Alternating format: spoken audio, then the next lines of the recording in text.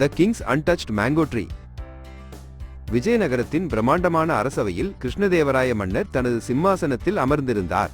அவரது முகத்தில் சிந்தனைமிக்க புருவச் சுருக்கம் பதிந்திருந்தது. வழக்கமான சிரிப்பும் கலகலப்பான விவாதங்களும் இல்லை. அதற்கு பதிலாக ஒரு அமைதியான எதிர்பார்ப்பு நிலவியது.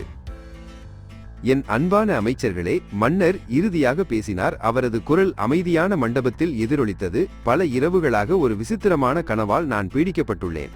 அது என் மனதை மிகவும் தொந்தரவு செய்கிறது.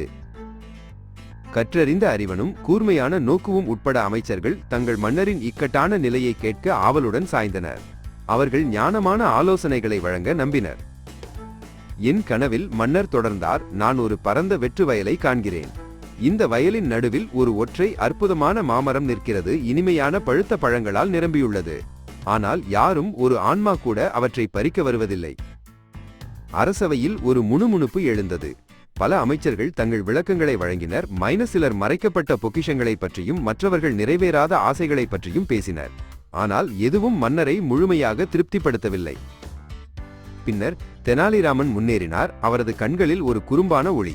மன்னரே, அவர் தொடங்கினார், உங்கள் கனவை நான் புரிந்து கொண்டேன் என்று நினைக்கிறேன். ஆனால் முதலில் எனக்கு ஒரு சிறிய உதவி தேவை. மன்னர் ஆர்வம் மேலிட தலையசைத்தார். கேள் தெனாலிராமன்.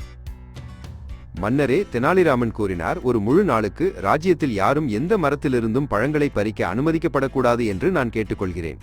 எல்லா பழங்களும் பழுத்து இயற்கையாக விழட்டும். மன்னர் குழப்பமடைந்தாலும் ஒப்புக்கொண்டார். அடுத்த நாள் ராஜ்யம் கிசுகிசுக்களால் பரபரப்பானது.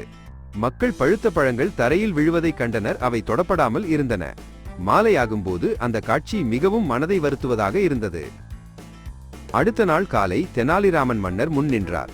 மன்னரே, அவர் விளக்கினார், உங்கள் தொடப்படாத மாமரம் பற்றிய கனவு இந்த காட்சியின் பிரதிபலிப்புதான்.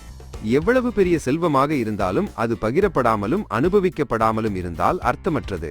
உங்கள் கனவு ஒரு மரத்தை பற்றியது அல்ல, ஆனால் கொடுப்பதும் பெறுவதும், எந்த நல்ல விஷயமும் வீணாகாமல் இருப்பதை உறுதி செய்வதும் பற்றிய மகிழ்ச்சிதான். மன்னர் புரிந்து கொண்டார். அன்று முதல் தனது ராஜ்யத்தின் செழிப்பை எப்போதும் பகிர்ந்து கொள்வதை உறுதி செய்தார்.